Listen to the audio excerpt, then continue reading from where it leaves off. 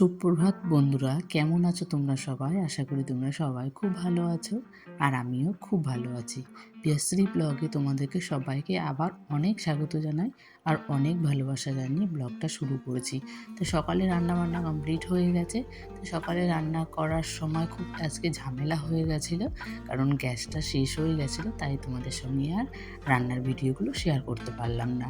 তো এখানে মিক্সিতে একটু মশলা করেছিলাম, তো মিক্সিতে পুরো মেখে গেছিলো, আগের দিনও পড়েছিল, কিন্তু আমার মোছার মতো সময় হয়নি, তাই আগের দিন মুছিনি।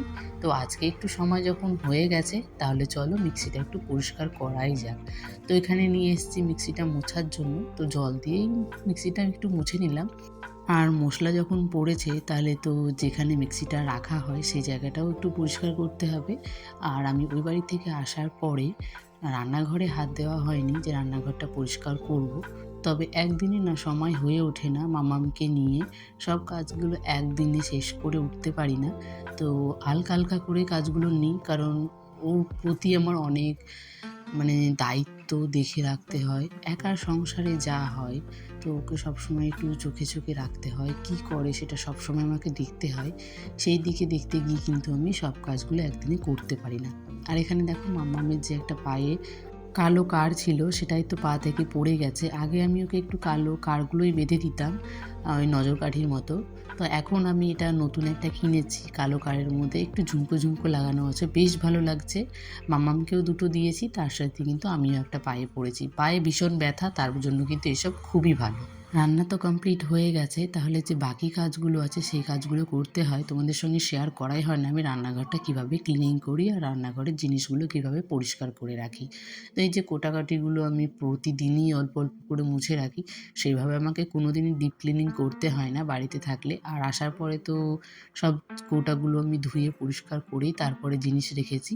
তো সেই জন্য আবার ওপরে যেহেতু গ্যাসের ওপরেই থাকে, তো তেলচিটে ভাবটা প্রায় দিনই পড়ে যায়। প্রত্যেক দিন যখন রান্না বান্না হয় তেলগুলো তো পড়ে সব।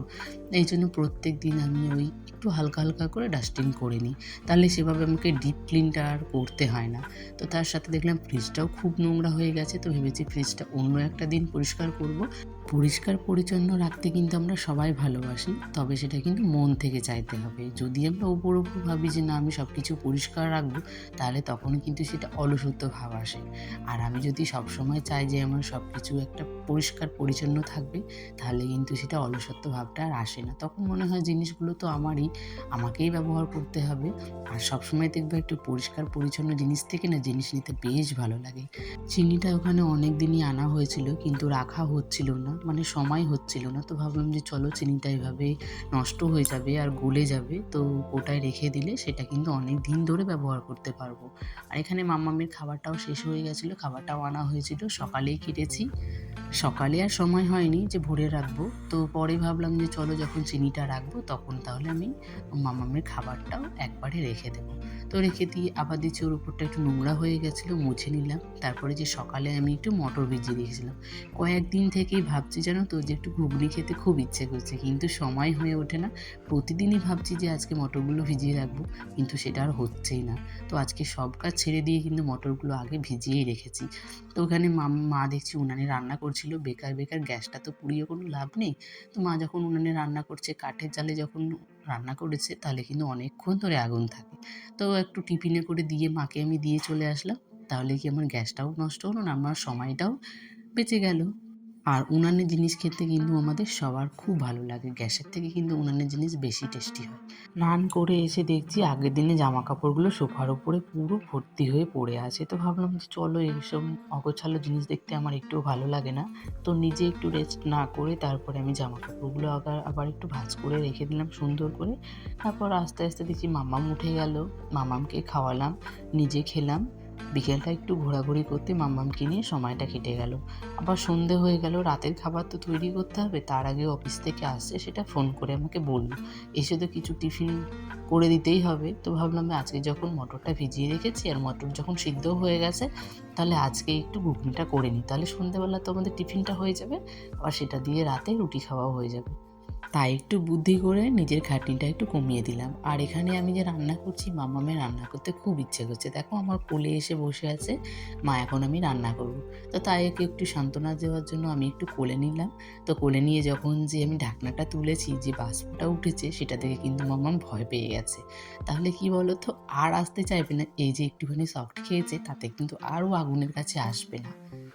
ঘরে মাম্মামকে টিভিটা চালিয়ে দিয়ে আসলাম, আর এসে মাম্মাম বলছে একটু জল দিয়ে মুড়ি খাবে। আগেই মাম্মাম একটু মুড়ি খেতে চাইছে না, মানে চাইতো না। তো এখন দেখছি দুদিন থেকে ও নিজে থেকেই বলছে মা একটু আমাকে জল দিয়ে মুড়ি দাও। তাই একটু জল দিয়ে মুড়ি দিলাম, ও জল দিয়ে মুড়িটা খেলো।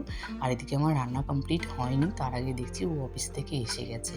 তো এখানে বাজার করে নিয়ে এসেছি একটু মিষ্টি কুমড়ো, তার সাথে আলু, আর এনেছে বেতের শাক, তার সাথে নিয়ে এসেছে ফুচকা। আমি জানতামই না যে ও আজকে ফুচকা নিয়ে আসবে। এর আগে আমি দুদিন বলেছিলাম ফুচকা আনার কথা, কিন্তু ওর অফিস থেকে আসতে এতটাই দেরি হয়ে যেত যে ফুচকাওয়ালা থাকতোই না।